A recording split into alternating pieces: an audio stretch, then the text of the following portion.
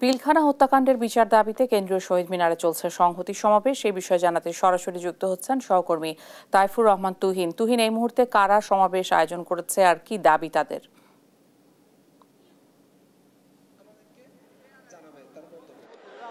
আপনাকে ধন্যবাদ। জানেন যে আসলে যারা বিডিআর বিদ্রোহ মামলায় যারা আসামি হয়েছে তারা কিন্তু এরই মধ্যে অনেকেই কিন্তু জামিন পেয়েছে। তবে তাদের যে সদস্য এবং পরিবার রয়েছে তারা কিন্তু বলছেন যে এই মামলাটি অন্যায়ভাবে করা হয়েছে এবং এতে করে অনেক নির্দোষ যারা বিডিআর সদস্য রয়েছে তাদেরকেও আসামি করা হয়েছে, যে কারণে তারা কিন্তু আজকে আমরা দেখছি যে এই জাতীয় শহীদ মিনারের সামনে সে সমস্ত পরিবারের সদস্যরা তারা কিন্তু এখানে অবস্থান কর্মসূচি পালন করার ঘোষণা দিয়েছে এবং তারা বলছে যে তারা ৬ দফা দাবি করেছে। তারা বলছে যে এই মামলায় যারা অন্যায়ভাবে যাদেরকে আসামি করা হয়েছে তাদেরকে অবিলম্বে মুক্তি দিতে হবে, সেই সাথে যাদেরকে চাকরিচ্যুত করা হয়েছে তাদের মুক্তির দাবি করছেন এবং একই সাথে বলছেন যে আসলে এই যে বিদ্রোহ সময় যে সমস্ত সেনা কর্মকর্তাদের হত্যা করা হয়েছে, সেই সাথে বিডিআরদের 10 জন সদস্য হত্যা করা হয়েছে, এটির সঠিক তদন্ত করে যারা এর সাথে জড়িত তাদের যাতে শাস্তি নিশ্চিত হয় সেই দাবি কিন্তু তারা করছেন। একই সাথে তারা বলছেন যে আসলে বিডিআরের যে নাম বিডিআর, বিজিবি থেকে তাদেরকে বিডিআরে যাতে আনা হয়, এভাবে করে তারা কিন্তু 6টি দাবি তারা জানাচ্ছে এবং সেখানে তারা কিন্তু বলছেন যে তাদের এই দাবিগুলো অবিলম্বে তাদের বাস্তবায়ন করতে হবে এবং যতক্ষণ পর্যন্ত না তাদের এই দাবি বাস্তবায়িত না হয় ততক্ষণ পর্যন্ত তারা এখানে অবস্থান কর্মসূচি পালন করবে। একটু আমরা কথা বলতে চাই একটু যারা এখানে এই কর্মসূচি পালন করছে তাদের একজনের সাথে সাবেক বিডিআর সদস্য, তার সাথে একটু কথা বলতে চাই। আমরা জানতে চাই আসলে আপনাদের এই অবস্থান কর্মসূচি, আপনাদের আর কি কর্মসূচি আছে এবং আপনারা এটা কিভাবে পালন করতে চান, আপনাদের দাবি কি? দেখুন, যখন 2009 সালে পিলখানাতে বিডিআর হত্যাকাণ্ড ঘটে তখন আমার চাকরি হলো 29 বছর। আমার শেষ জীবনে আমার একটা লক্ষ্য থাকে যে একটু ভালো পেনশন নেব, পরিবারদেরকে নিয়ে ভালোভাবে থাকব।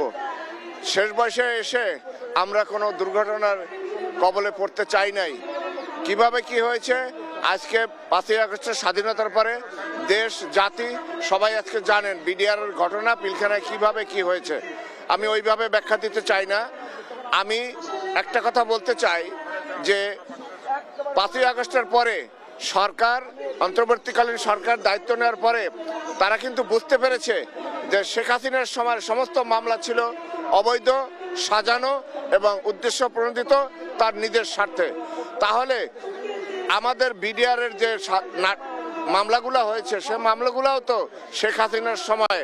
তাহলে এই অন্তর্বর্তীকালীন সরকার এসে আমাদেরকে তারা আলাদা করে এই যে বৈষম্য বিরোধী ছাত্র আন্দোলন যারা হাজার হাজার জীবন দিল, রক্ত দিল, পঙ্গু হলো, তাদের একটাই চাওয়া ছিল বৈষম্য বিরোধী।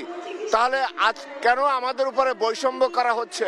কেন সরকার বুঝতেছে না যে আমরা কোনো বিদ্রোহ করি নাই?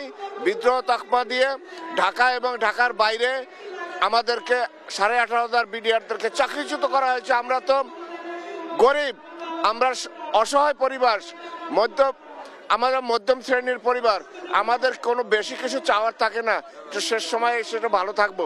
তাহলে সরকারও এবং জাতি আজকে জানতে পারতেছে শেখ হাসিনার সময়ের সমস্ত মামলা ছিল অবৈধ। আমাদের চাওয়া এই মামলা সরকার বাতিল করে মামলায় যারা আমাদেরকে যারা শাস্তি দিয়ে চাকরিচ্যুত করা হয়েছে তাদেরকে চাকরিতে পুনর্বহাল করা হোক। আপনি বলছিলেন যে আসলে এই মামলাটি উদ্দেশ্য প্রণোদিত এবং এই যে চক্রান্তর শিকার তারা হয়েছে, তারা বলছেন যে আসলে এই মামলা থেকে যাদেরকে আসামি করা হয়েছে সঠিক তদন্ত করে অর্থাৎ যারা নির্দোষ রয়েছে তাদেরকে মুক্তি দেওয়া সহ যে 6 দফার কথা বলছি সেই দফা বাস্তবায়ন না হওয়া পর্যন্ত কিন্তু তারা এখানে অবস্থান কর্মসূচি পালন করবে।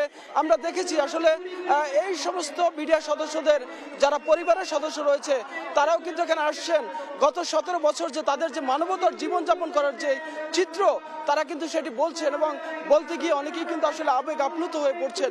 এজন্যই তারা বলছেন যে আসলে এটির একটি সঠিক তদন্ত এবং যাদেরকে অন্যায়ভাবে চাকরিচ্যুত করা হয়েছে তাদের যাতে চাকরিতে ফেরত রাখা হয় সে দাবি কিন্তু তারা করছেন। এই দাবিতে কিন্তু আসলে এই অন্তর্বর্তীকালীন সরকার অচিরেই সাড়া দিবেন এমন প্রত্যাশা কিন্তু তারা করছেন। তো এই ছিল আসলে আমার কাছে সর্বশেষ। তুহিন, অনেক ধন্যবাদ আপনাকে। পিলখানা হত্যাকাণ্ডের বিচারের দাবিতে সংহতি সমাবেশ চলছে, সর্বশেষ তথ্য জানছিলাম।